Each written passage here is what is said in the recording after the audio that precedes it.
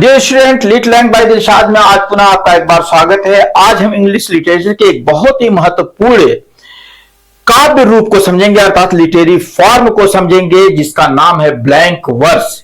यह वो फॉर्म है जिसे अंग्रेजी कविता और नाटक पूरी तरह बदल दिया।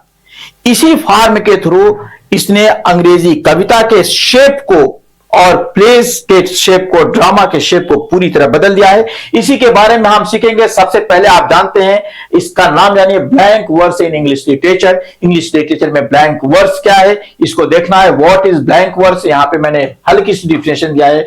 ब्लैंक वर्स, ब्लैंक वर्स कहते हैं किसे है? ब्लैंक वर्स का आप देख लीजिए कि blank verse is rhymed iambic pentameter. जान लीजिए, राइम्ड याम्बिक पेंटामीटर। ये आपको इस टॉपिक के बारे में मैं बात करूंगा आपसे। Blank verse in English literature ये है।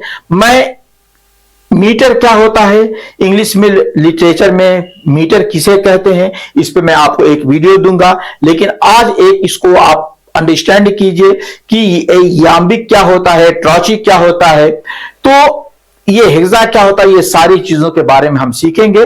तो ये blank verse is a unrhymed, unrhymed यानी कि राइम नहीं होता है। मैं यहां पे एक टॉपिक लाने वाला था, लेकिन मैं वीडियो के लंबे होने की वजह से इसको मैं नहीं लाया। जैसे राइम उसको कहते हैं, राइम वर्ड उसको कहते हैं जो लास्ट में, आपके लास्ट में आता है।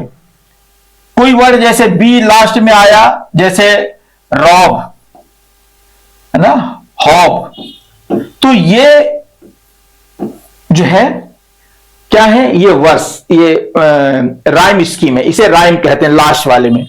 और ये बनता कैसे, इसमें बात आई है ब्लैंक, ये याम्बिक, याम्बिक उसे कहते हैं कि जो जैसे ये प्रेजेंट है, क्या है, प्रेजेंट, इसमें दो सिलेबल हैं, प्रे और जेंट।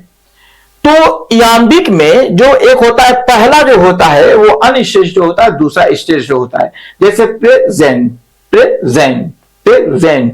तो ये जो है इसी को याम्बिक कहा जाता है। एक स्टेज अनस्टेज होता है, दूसरा स्टेज जो होता है, तो ये चीजों को याम्बिक कहा जाता है। और पेंटामीटर माने इसी तरीके से ये 1 फुट हुआ, इसी तरीके के 5 प्रयोग किए जाते हैं, तो इसे पेंटामीटर कहा जाता है। ठीक, आगे बढ़ते हैं। This means each line follows the rhythm of 5 yamb। जैसे डाडम, जैसे मैंने कहा था ना कि ये एक तरीका होता है, इसे डाडम कहते हैं, है ना, सॉरी इसे डाडम इसने लिखा है। देखिए, जब कॉपी करते हैं कहीं से तो जो वर्ड आता है उसी को लिख लिया था, डम, डाडम। और भी बहुत से जो राइटर हैं वो अलग अलग, क्योंकि ये जितने राइटर्स होंगे उतने तरीके से शब्दों का ये प्रयोग करते हैं। और कभी जो है अरे जब सिंबल में प्रयोग करते हैं तो अनस्टेज को ऐसे राउंड कर देंगे और स्टेज को ऐसे इसको फुल कर देंगे, ठीक ना, इसको फुल कर देंगे यानी कि पूरा भरा होगा। तो इस तरीके से भी इसको दिखाया जाता है, ये अलग अलग तरीके से लोग इसको दिखाते हैं। तो ये डाडम, याम्स जो होता है, डाडम अर्थात एक अनस्टेज जो होता है डाडम, तो और एक स्टेज होता है, इसको छोटे वर्ड से लिखा है और इसको बड़े लेटर से लिखा है। But there is no rhyme at the end of the lines, लेकिन लाइन के एंड में राइम नहीं होता है। जैसे राइम्ड, अनराइम्ड है ना, तो नो राइम, यही unrhymed means no rhyme, rhyme नहीं होती है, जो मैं बता चुका हूं। At the end of line, अंत में राइम नहीं होती है। इट इज फ्लेक्सिबल, ये फ्लेक्सिबल होती है, नेचुरल होती है, and closest to the rhythm of the spoken English. और ये क्लोजेस्ट जो होती है, ये करीब होती है rhythm of the spoken English, spoken English की ये करीब होती है। सबसे इंपॉर्टेंट चीज है, ये स्पोकन इंग्लिश के करीब होती है। इसके कैरेक्टरिस्टिक्स की बात करेंगे, अगर इसकी विशेषता की बात करेंगे तो क्या होती है, जैसे ये सबसे पहले जान लीजिए कि अनराइम्ड लाइन्स होती है, फिर उसके बाद रिटन इन याम्बिक पेंटामीटर होती है, फ्लेक्सिबल होती है, नेचुरल होती है, सुटेबल फॉर ड्रामा होती है, अलाउज इमोशनल डेप्थ ये इमोशनल डेप्थ को अलाउ करती है, एंड एक्सप्रेसिव फ्रीडम, और एक्सप्रेशन के जो है फ्रीडम देती है। अर्थात यहां ये जान लीजिए एक्सप्रेसिव फ्रीडम, ये एक्सप्रेशन के जो फ्रीडम देती है। यूज्ड फॉर सीरियस थीम्स, ये सीरियस थीम के लिए प्रयोग किया जाता है। एंड एलिवेटेड स्टाइल, और स्टाइल को ये एलिवेट कर देती है। एलिवेट के माने बुलंद करना, हाई करना, ऊंचा करना। Suitable for long narrative poetry, ये लॉन्ग नरेटिव पोएट्री के लिए सुटेबल होती है, क्योंकि अगर राइम वर्ड ढूंढने लगेंगे, राइम शब्द तो कहां से उतना शब्द लाएंगे। अगर लॉन्ग पोएम होगी तो राइम उसमें कितनी लाएंगे, है ना। जैसे अगर हम जॉन मिल्टन की पैराडाइज लॉस्ट पढ़ते हैं या शेक्सपियर की प्लेस पढ़ते हैं तो उसमें अनराइम्ड है। आगे देखिए historical development of blank verse, ये ब्लैंक वर्स का डेवलपमेंट कैसे हुआ था। ध्यान दीजिएगा, ये आपको एक एक दो दो नंबर के जो क्वेश्चन आते हैं उसके लिए बहुत इंपॉर्टेंट है। Introduce by Henry Howard earl of Surrey के द्वारा इसको इंट्रोड्यूस किया गया था। He first used blank verse in English by translating Virgil's Aeneid, Virgil की एनीड को उन्होंने ट्रांसलेशन किया था और उसको ब्लैंक वर्स का प्रयोग किया था इसमें। क्रिस्टोफर मार्लोव ने known as the master of the blank verse, Christopher Marlowe को ब्लैंक वर्स का मास्टर कहा जाता है। He introduced the mighty lines, उसने माइटी लाइन को शक्तिशाली लाइनों को प्रयोग किया। एंड यूज ब्लैंक वर्स, और उसने ब्लैंक वर्स का यूज किया था powerfully in place like the Doctor Faustus and Tamburlaine, उसने टेम्बरलेन में और जो है ये डॉक्टर फास्टस में उसने इसका प्रयोग किया था। किसने? क्रिस्टोफर मार्लोव ने, ये जान लीजिए। नेक्स्ट बात आती है कि विलियम शेक्सपियर ने इसका कैसे प्रयोग किया था। He perfected blank verse in drama. देखिए सारे लोग आए लेकिन सबसे ज्यादा इंपॉर्टेंट बात आती है शेक्सपियर की। आज हम शेक्सपियर पे अटकते हैं, ऐसा क्यों है? इसी को सबसे महान ड्रामा कहा जाता है। आपको मैंने बताया है जो है इसके पहले वाले वीडियो में आप देखेंगे तो मैंने उसमें कारण बताया था कि क्यों शेक्सपियर को, कैसे ये शेक्सपियर महान बनना है, उसको मैंने बताया था। He perfected blank verse in drama in play like Hamlet, Macbeth and King Lear, Shakespeare use blank verse. वो जो है हैमलेट में, मैकबेथ में और किंग लियर में शेक्सपियर ने ब्लैंक वर्स का प्रयोग किया है for dialogue, emotion and character expression. ये जो है डायलॉग के लिए, इमोशन के लिए और कैरेक्टर के एक्सप्रेशन के लिए उसने इसका प्रयोग किया था। अगर हम जॉन मिल्टन की बात करते हैं कि जॉन मिल्टन ने इसको कैसे प्रयोग किया था, he used blank verse for epic poetry, उसने एपिक पोएट्री के लिए इसका प्रयोग किया था। इसमें बहुत ये है शानदार तरीके से उसने प्रयोग किया है जॉन मिल्टन ने। His masterpiece Paradise Lost is the finest example of majestic blank verse. Majestic blank verse इसने कहा था, majestic यानी कि जो है ये शानदार प्रभावशाली, मैजेस्टिक माने प्रभावशाली पर यहाँ पे है। आप मैजेस्टिक का कोई दूसरा अर्थ न बताइएगा। मैं लिंग्विस्टिक के वीडियो में मैंने बताया था कि शब्दों की इंटरनल डेप्थ को भी समझाता है लिंग्विस्टिक। अगर हम लिंग्विस्टिक का अध्ययन करते हैं तो शब्दों के इंटरनल अर्थ को भी समझाता है। तो यहां पे मैजेस्टिक के माने प्रभावशाली या शानदार है, उसने शानदार तरीके से प्रभावशाली रूप से ब्लैंक वर्स का प्रयोग किया है। अगर हम एग्जाम्पल ऑफ ब्लैंक वर्स लेते हैं तो एग्जाम्पल फ्रॉम शेक्सपियर से लेते हैं, हैमलेट से। टू बी और not to be, that is the question. To be or not to be, that is the question. Next ये example from the Milton's Paradise Lost लेते थे, of man's first disobedience and the fruit, है ना। ये man first disobedient, ये सबसे पहले जो है इंसान ने अवहेलना की थी। किसकी अवहेलना की थी? नाफरमानी की थी। किसकी नाफरमानी की थी? गॉड की। एंड द फ्रूट, और क्या कर लिया नाफरमानी की? गॉड ने प्रोहिबिटेड किया था।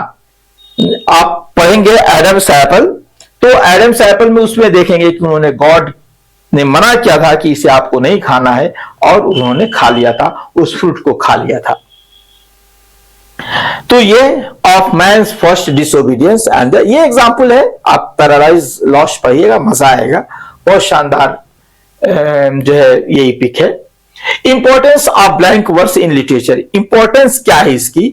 It becomes the foundation of English dramatic poetry, ये जो है आधार बन गया था जो है ड्रामेटिक पोएट्री का।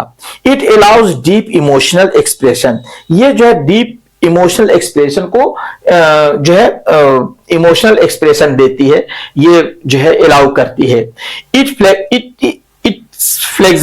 फ्लेक्सिबल रिदम, इसका जो फ्लेक्सिबल रिदम होता है सूट्स डायलॉग्स के लिए उपयोगी होता है, सॉलिलॉकीज के लिए उपयोगी होता है, एंड लॉन्ग डिस्क्रिप्शन, और ये लॉन्ग डिस्क्रिप्शन के लिए भी उपयोगी होता है।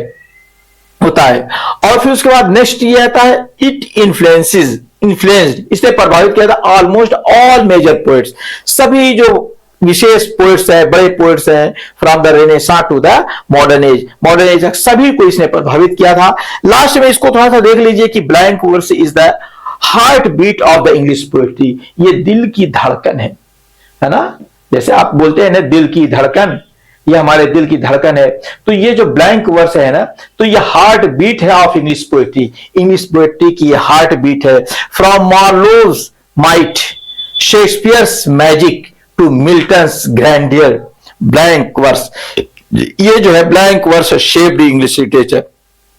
आप मार्लोज की माइट के बारे में जानिए, है ना, ये शक्ति के बारे में जानिए, या शेक्सपियर्स की मैजिक के बारे में जानिए, और टू मिल्टन्स, कहां से, वहां से शुरू होकर के मिल्टन्स के ग्रैंडियर, शानदार, blank verse shape the English literature, वहां से लेकर के यहां तक इसने जो है ये एक आकार दिया था इंग्लिश लिटरेचर को। If you found this explanation helpful please like and share. अगर ये वीडियो आपको पसंद आया हो, अच्छा लगा हो, उपयोगी हो, तो लाइक कीजिएगा, शेयर कीजिएगा, और जो है कमेंट जरूर कीजिएगा। आगे थोड़ा सा बढ़ते हैं, जरा सा पार्ट देख लेते हैं, हिंदी डिस्क्रिप्शन इसका है, हिंदी में भी देख लीजिए इसको, और ये ब्लैंक वर्स का हिंदी है, जरा सा देखते जाइए आराम से। क्रिस्टोफर मार्लो से लेकर के ब्लैंक वर्स के उदाहरण यहां से देख लीजिए हिंदी में, इसके कंक्लूजन देख लीजिए। फिर आगे थोड़ा सा मैंने कुछ क्वेश्चंस दे दिए हैं, क्वेश्चन है, एक्सपेक्टेड क्वेश्चन है ब्लैंक वर्स के। डिफिनेशन ब्लैंक वर्स क्या है, define blank verse and explain its main features with suitable example के साथ इसको करना है। आराम से इस क्वेश्चन को देखिएगा।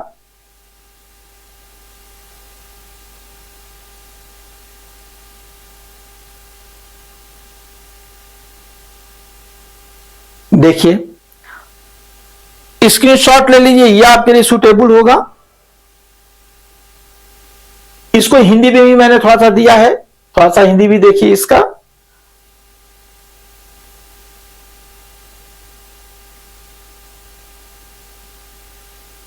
नेक्स्ट क्वेश्चन आता है, discuss the historical development of blank verse in English literature. इसका हिस्टोरिकल डेवलपमेंट बताना है आपको।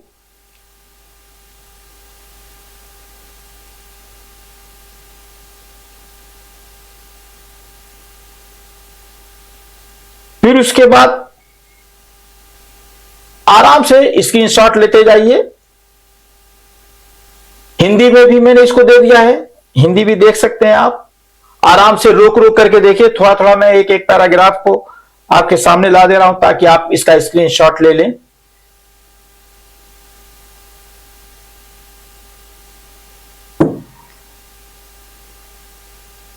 नेक्स्ट क्वेश्चन आता है, इसके बाद नेक्स्ट क्वेश्चन देख लीजिए। Blank verse consider the most suitable form for English drama. Suitable form है, सबसे उपयोगी जो है ये रूप है इंग्लिश लिटरेचर का। इसका आंसर देखिए,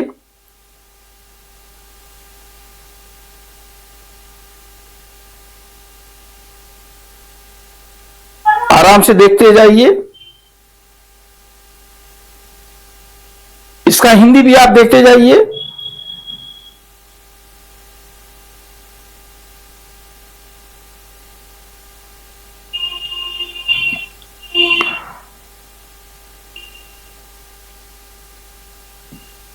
दोस्तों, ये भी एक टॉपिक मैंने आपको बता दिया है। आप कमेंट जरूर कीजिएगा, अगर इस प्रकार का और वीडियोस चाहिए तो आप जरूर कमेंट कीजिएगा ताकि आपको मैं नए वीडियोस देता रहूं। मिलते हैं अगले वीडियो में। Thank you.